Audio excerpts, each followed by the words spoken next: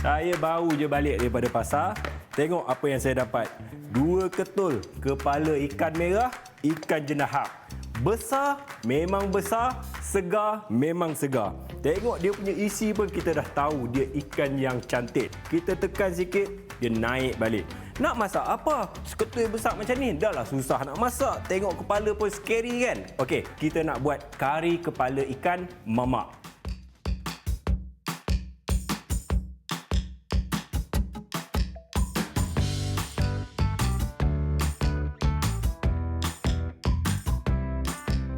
Cara dia memang sangat mudah. First sekali kita kena panaskan kita punya minyak dulu. Halia kita pakai banyak sikit sebab kita nak masak barang-barang seafood ni macam ikan, ketam, sotong. Kita perlukan halia untuk apa tahu? Untuk potong dia bau hanyir. Lepas tu dia ada bau-bau sikit. Kita nak bagi ikan kita tu wangi. Okey, kalau ada halba campur boleh masukkan juga. Tapi kalau tak ada masalah langsung. Sebab apa? Kita nak dapatkan dia punya wangi tu, kita boleh dapat juga daripada bawang putih. Okey, bahan yang dua ni kita tumiskan dulu dekat dalam kuali kita yang panas. Kalau nak pakai minyak masak biasa pun boleh, minyak jagung pun boleh. Cuma dia tak sesuai, kita nak pakai minyak zaitun ke minyak matahari, itu memang sangat tak sesuai untuk kita buat masak kari. Alright, kita punya bahan tumisan masuk dulu. Kalau tengok dekat sini saya ada sedikit rempah, buah pelaga dengan bunga lawang. Okey, ini dia punya fungsi pun untuk naikkan dia punya bau dan dia akan keluarkan sedikit rasa. Alright, masukkan. Kemudian daun kari kalau ada banyak, letak banyak. Tak ada masalah langsung. Sekarang ni kita kena tumiskan dulu sampai bawang tu dia agak brown sikit, naik warna. Okey, sambil-sambil tu kita nak tumbuk bahan yang seterusnya. Alright. Eloknya kalau nak masak benda-benda yang bertumis ni, kita pakai bawang kecil ataupun bawang merah kecil ni, orang panggil apa? Shallot kan? Sebab apa? Selain daripada dia punya warna dia cantik, dia akan cantikkan kita punya kari tu nanti, dia ada rasa manis. Kita tumbukkan dia, kemudian kita tumis sekali. Cili lebih kurang dalam 10. Kita tumbukkan sekali lagi. Tak perlu terlalu lumat. Sebab apa? Kita nak bagi kuah kita tu pekat. Okey, untuk buat kari, dia punya proses paling penting sebenarnya masa tumisan ni. Sebab apa? Kat sinilah kita akan dapat dia punya wangi, dia punya rasa. Kat sini kita dah ada rasa pedas. Nanti kita nak masukkan sedikit rasa masam daripada asam jawa. Tapi sekarang kita nak bagi dia manis. Manisnya bukannya datang daripada gula, tapi manis daripada tomato. Masuk dekat dalam kita punya tumisan. Kemudian kita nak masukkan rempah kari. Okey, rempah kari ni kita boleh pakai rempah kari apa. Cumanya saya dah mixkan sikit dengan cili powder ataupun serbuk cili lah, bagi dia rasa pedas. Alright, sekarang ni terus saja kita masuk dengan cili powder. Terus saja kita masukkan air. Alright. Kalau ada air kosong, pakai air kosong. Tapi kalau ada air stok ikan, air stok udang, pakai. Boleh. Dia akan jadi lagi sedap.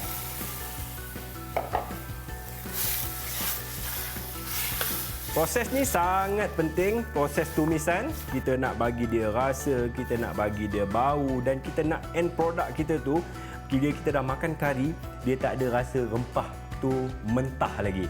Itu yang paling penting bila kita makan kari.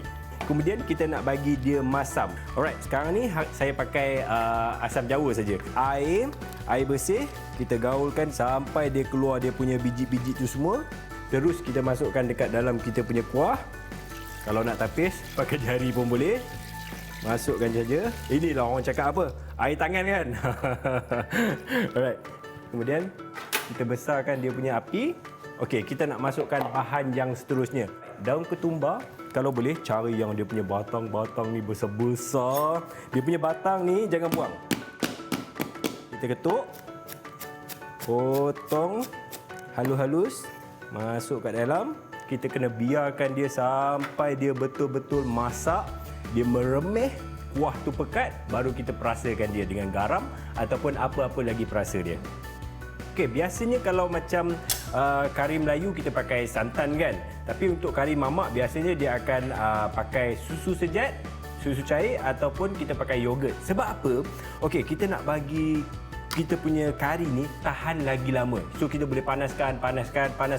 That's why bila kita makan kari mamak, kita makan hari ni dah sedap kan?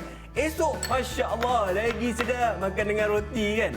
Alright, kita masukkan kita punya susu. Okey, susu tak payah banyak sebab kita nak dapatkan dia punya rasa creamy tu saja. Alright, bila dia dah bergabung, warna dia pun cantik, dia dah sebati, kita masukkan dia punya perasa. Okey, macam saya cakap tadi, perasa tak perlu banyak. Kita pakai gula sikit saja. Lepas tu garam pun sikit saja. Sebab apa? Kita punya asam keping, asam jawa tadi dah ada rasa masin kan? So kita pakai sikit saja. Bila kita punya kuah ni dah set, cantik, nampak dia tak running. Maksudnya dia punya kuah tu dia tak berair. Kita masukkan terus kita punya kepala ikan merah ni. Besarnya.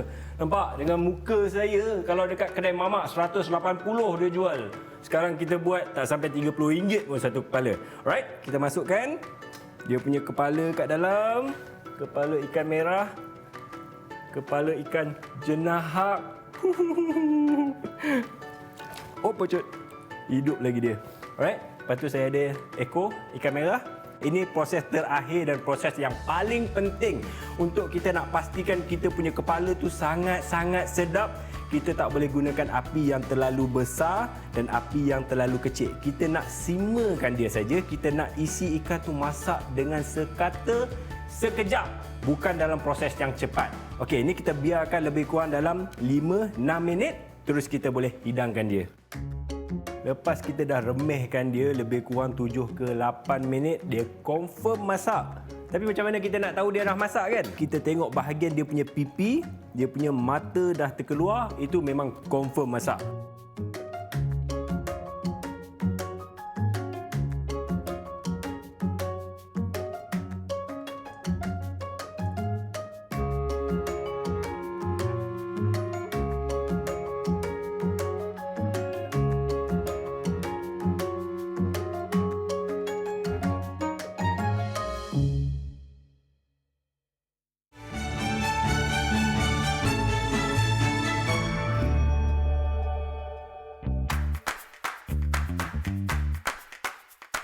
Disebabkan saya dapat ikan yang sangat segar hari ini, kita nak teruskan kita punya menu dengan ikan juga, tapi kita nak buat kerabu mangga.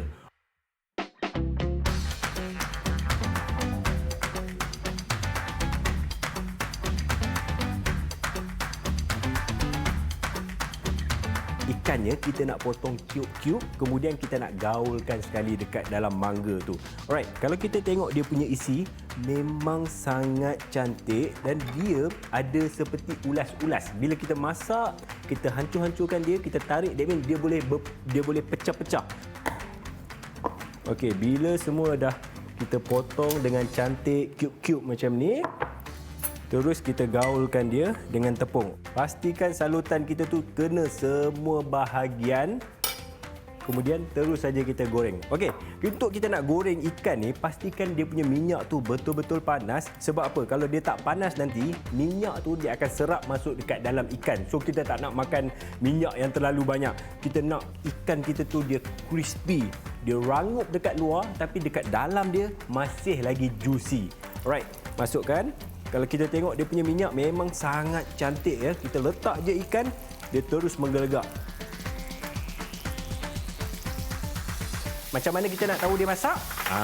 Bila kita letak ikan tu dekat atas dalam minyak, dia tenggelam kan? So bila ikan tu timbul nanti, terus angkat. Sebab apa? Dia memang cukup masak.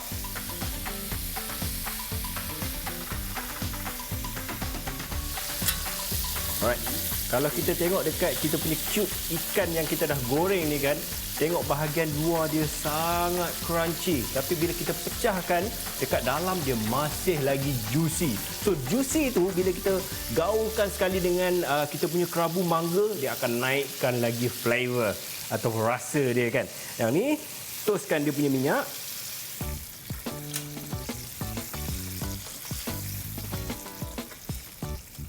Okey, untuk mangga mudah saja.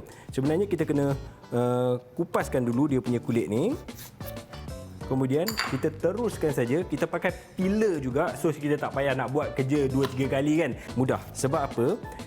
Kita akan dapat saiz nipis tu sama setiap helai mangga tu. Okey, kalau tengok dekat sini, kalau kata kita nak pedas, kita boleh letak 5, 6, tapi kalau kita nak just sedang-sedang saja, cukup 3 biji pun dah cukup dah. Kemudian apa lagi yang kita nak letak? Bawang. Bawang sama juga, kita pakai bawang kecil, bawang merah kecil ni, lebih kurang dalam 5 ulas. Kemudian saya nak tambahkan sikit halia sebab kita ada ikan tu kan. Ikan ni dia ada sedikit hanyir, walaupun kita pakai ikan tu baru, tapi kita pakai tak payah terlalu banyak. Lebih kurang dalam 2 potongan ataupun 2 nipis ni kita masukkan dekat dalam. Terus saja kita tumbuk dulu lebih kurang bagi dia 80% lumat sebelum kita masukkan dengan perasa-perasa yang lain.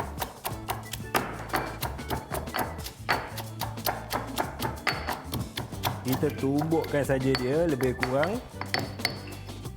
tak terlalu lumat, tak terlalu halus. Okey, ini dia akan bagi rasa lagi.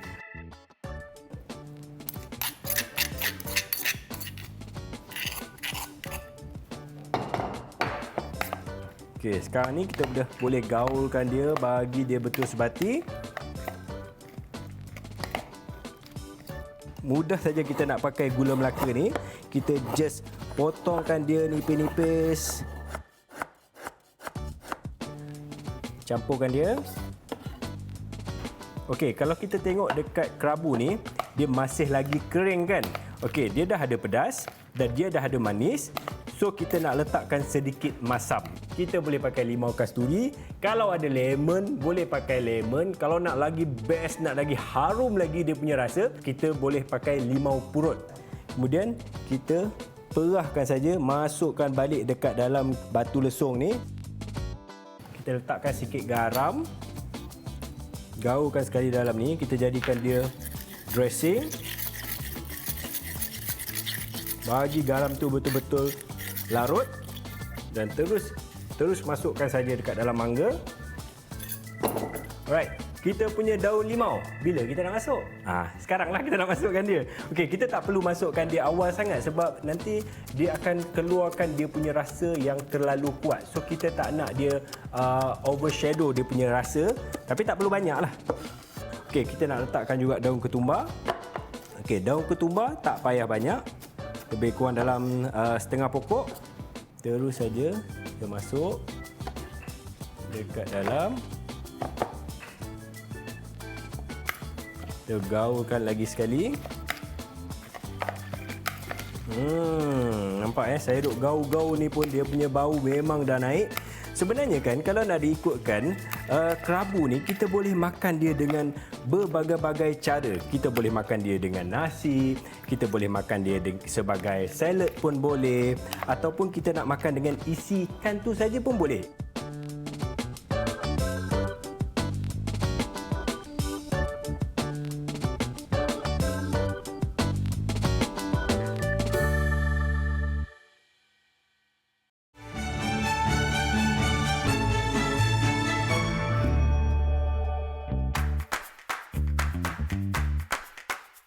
Okey, untuk resipi yang terakhir, kita nak buat resipi yang ringkas saja, tapi boleh dikatakan kebanyakan orang suka. Kita nak buat cai.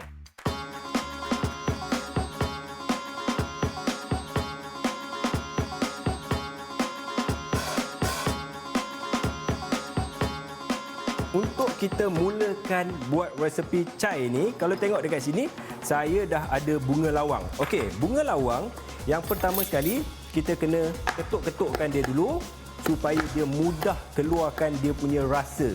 Okey, lepas tu kita ada juga buah pelaga ataupun cardamom. Kita kena ketukkan sikit supaya dia pecah dan dia keluarkan dia punya rasa yang ada dekat dalam. Okey, yang ni kita masukkan semua. Kemudian saya nak tambah lagi dia punya rasa. Okey, Rasa kita nak pakai daripada halia. Okey, halia paling mudah cara kita nak pakai ataupun kita nak kupaskan dia. Tak perlu pakai pisau, tak perlu pakai peeler. Kita ambil camca, sangat mudah. Potongkan sikit. Ini pun kita ketuk. Masuk dekat dalam air. Kita masakkan dia sekejap sampai air tu menggelegak, baru kita boleh masukkan chai ataupun kita punya serbuk teh. Kalau kita tengok buah pelaga tadi pun dia dah mengembang kan. So dia memang dah keluarkan dia punya flavor, rasa dia tu. Kemudian kita nak masukkan teh.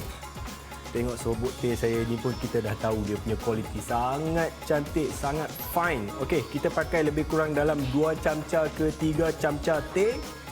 Kenapa saya masukkan saya punya serbuk teh dekat dalam air rebusan ni? Saya tak lalukan air yang kita dah rebus dekat dalam cerik tu saja. Alright. Dia punya fungsi sebenarnya bila kita rebus, dia akan mengeluarkan warna dia tu yang lagi terang, dan kalau dapat bau, dia punya bau tu beraroma. Lepas tu kita nak letak manis dia. Okey, manis dia boleh pakai gula perang ataupun gula putih. Okey, gula putih kita letak lebih kurang dalam 3 camca, 4 camca. Tengok juga, kalau nak lebih manis, letakkan lebih. Kalau nak kurang, kurangkan. Yang bagusnya bila kita buat chai ni, kita pakai susu lembu. Okey, kita boleh juga pakai susu kambing ikut kita punya cita rasa. Alright, susu ni kita masukkan saja sikit-sikit. Sambil tu kita gaul. Kita tengok dia punya warna. Warna chai tu. Macam mana dia berubah, macam mana warna yang kita nak sampai kita dapat. Okey, untuk yang step yang terakhir, saya letakkan sedikit garam. Okey, garam, fungsi garam ni sebenarnya bukan untuk masinkan dia, tapi untuk lemakkan lagi kita punya chai. Right? Yang ni pun kita kacau-kacaukan sekejap saja. Kita ambil bekas.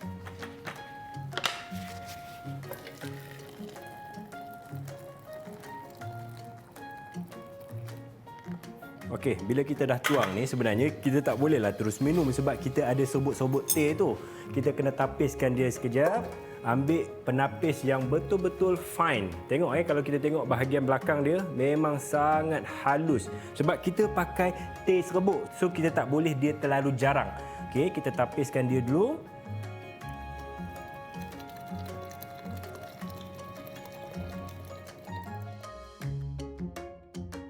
Kemudian kita ambil satu lagi bekas, kita nak tarik dia, kita nak bagi dia berbuih. Okey, proses ni kita kena buat hati-hati sikit sebab memang teh tu dia punya air tahap menggelegak. So bila kena tangan, bila kena jari memang confirm melecur punya. Yang ni kita tarik 2-3 kali supaya kita dapat dia punya buih tu banyak, dapat separuh daripada kita punya cawan. Baru kita terus masukkan dekat dalam cawan. Kalau tengok kat sini dia punya buih sangat pekat, sangat banyak.